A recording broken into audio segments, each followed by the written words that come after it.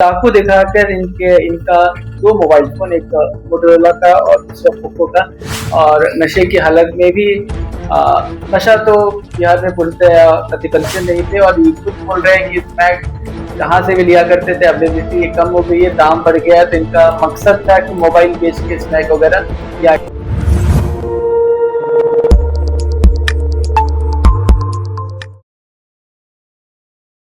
नमस्कार, आप देख रहे हैं SR2। मैं देवेंद्र सिंह लड्डू। अगर आप देर रात में अगर कहीं ऑटो के लिए कहीं एक स्थान से दूसरे स्थान जाना चाहते हैं तो सावधान हो जाइए, सचेत हो जाइए। हो सकता है कि जिस ऑटो को आप रिजर्व करके कहीं जाना चाहते हैं तो कहीं आपके रखे हुए जमा पूंजी हो, मोबाइल हो, आभूषण हो, कहीं लूट न ले, छीन न ले। मैं इसलिए कह रहा हूँ कि ये मामला है आलमगंज थाना क्षेत्र का। एक युवक जो कि वो हाजीपुर के रहने वाला है, अगम कुआं से वो ऑटो को रुकवाता है, ऑटो CNG ऑटो पर बैठ जाता है, उसके बाद उसके साथ पूरा खेला हो जाता है। ये मामला संगीन आने के बाद इस मामला को गंभीर देखा जाता है। आज इसका खुलासा हुआ है। इस पूरे मामले में आज नगर पुलिस अधीक्षक पूर्वी के परिचय कुमार एक प्रेस वार्ता कर क्या कुछ कर रहे हैं, पहले जिस प्रेस वार्ता को ध्यान से सुनिएगा वो क्या कुछ कर रहा है।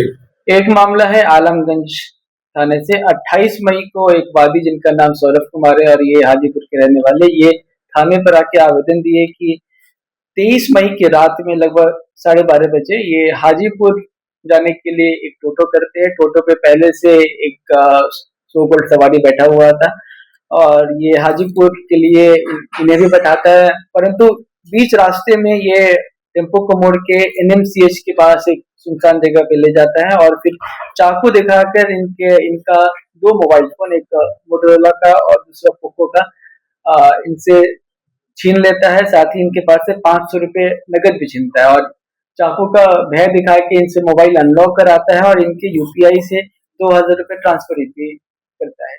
ये उस दिन डर से हम गए थे, पुलिस के पास नहीं आए, अपने घर चले गए और 5 दिनों के बाद जैसे पुलिस को इन्फॉर्म करते हैं, घटना की गंभीरता को देखते हुए तत्काल रूप से इस पे कार्य किया गया और घटना में सम्मिलित दोनों अपराधकर्मियों को गिरफ्तार कर लिया गया है।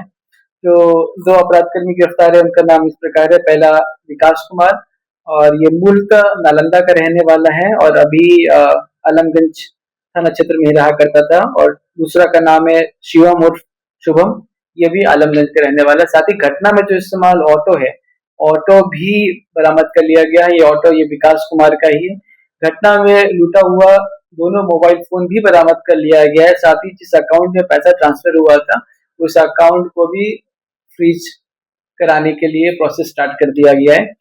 जो विकास कुमार है ये इसके पहले भी एक झपट्टा मारने वाले केस में जेल गया था, और शिवम उर्फ शुभम का तो अभी तक एक महिला थाना का कांड सामने आया अभी, और हम अपने रिकॉर्ड चेक करते हैं। सर, पटना में टोटो चलाने वाले अधिकतर नाबालिग है और नशे में ही टोटो चलाते हैं, उन लोगों पर कार्रवाई होगी? जी, उन लोगों पे बिल्कुल कार्रवाई होगी और हो रही है। नाबालिग के लिए बिल्कुल अलाउड नहीं है, और नशे की हालत में भी नशा तो बिहार में पूर्णतः प्रतिबंधित है।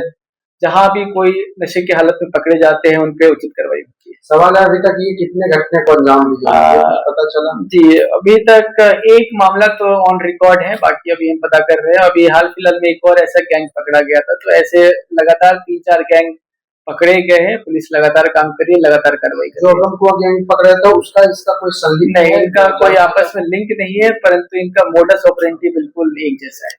डेली कलेक्ट किया करते थे?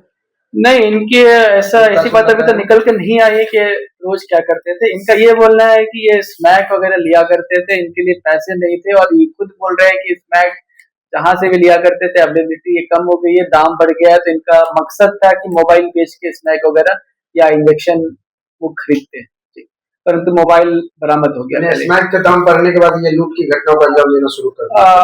एग्जैक्टली ये नहीं बोलेंगे, बट इनके स्टेटमेंट से ऐसी बात निकल कर आ रही। ये थे नगर पुलिस अधीक्षक पूर्वी के परिचय कुमार। तमाम चीज़ों से, तमाम बिंदुओं से अवगत करवाया है।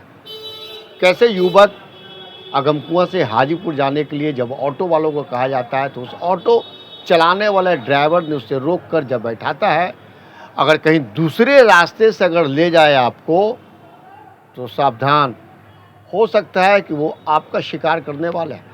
इस पूरे मामले में 2 अभियुक्तों की गिरफ्तारी है, उसके साथ में जो लूटा हुआ 2 मोबाइल, सीएनजी टेम्पो और साथ ही कितने शातिर रूप से उस युवक से ट्रांजैक्शन कराया हुआ 2000 रुपया भी कर लेता है।